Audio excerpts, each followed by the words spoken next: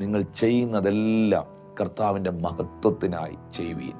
തിന്നാലും കുടിച്ചാലും പാടിയാലും പ്രാർത്ഥിച്ചാലും പ്രസംഗിച്ചാലും നിങ്ങൾ എന്തൊക്കെ ചെയ്യുന്നോ അതിനകത്തെല്ലാം കർത്താവിൻ്റെ മുഖം തെളിയുന്നുണ്ടോ, ദൈവത്തിൻ്റെ നാമം മഹത്വപ്പെടുന്നുണ്ടോ എന്ന് അന്വേഷിക്കണം.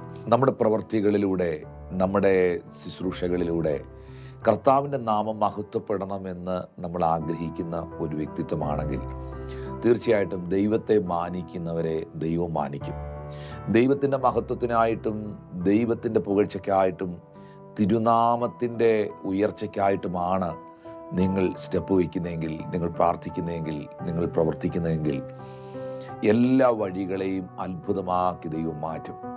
ഇത് ഞാൻ ആദ്യമേ നിങ്ങളോട് പറഞ്ഞല്ലോ, ഇത് നമ്മുടെ പ്രാർത്ഥനയായിരിക്കണം, നമ്മുടെ സമർപ്പണമായിരിക്കണം, നമ്മൾ ഏറ്റെടുക്കേണ്ട ഒരു കാര്യമാണിത്. കർത്താവേ, എൻ്റെ ജീവിതം കൊണ്ട് തിരുനാമം മഹത്വപ്പെടുവാൻ ഇടയായിത്തീരണം.